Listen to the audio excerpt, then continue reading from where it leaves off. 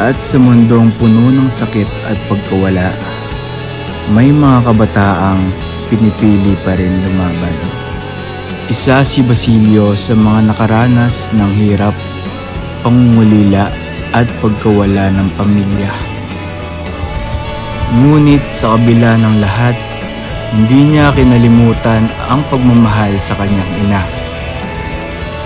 Bitbit niya ang sakit, ngunit hindi siya sumuko.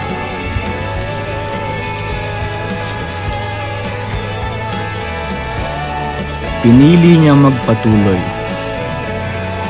Pinili niyang mangarap. At pinili niyang lumaban para sa mas mabuting kinabukasan. Dahil ang tunay na lakas ng isang Pilipino ay makikita sa pusong hindi sumusuko. Basilio, simbolo ng katatagan at pag-asa.